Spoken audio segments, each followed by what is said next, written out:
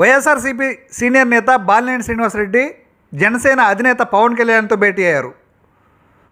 రేపో మాపో ఆ పార్టీ తీర్థం పుచ్చుకోవడానికి రెడీ అవుతున్నారు. ఇక వైఎస్ఆర్సీపీ పార్టీ శ్రేణులు ఎవరైతే ఉన్నారో బాలినేనికి అనుచరులుగా ఉన్న వారంతా రేపో మాపో భేటీ అయ్యి తదుపరి కార్యాచరణ ప్రకటించబోతూ ఉన్నారు.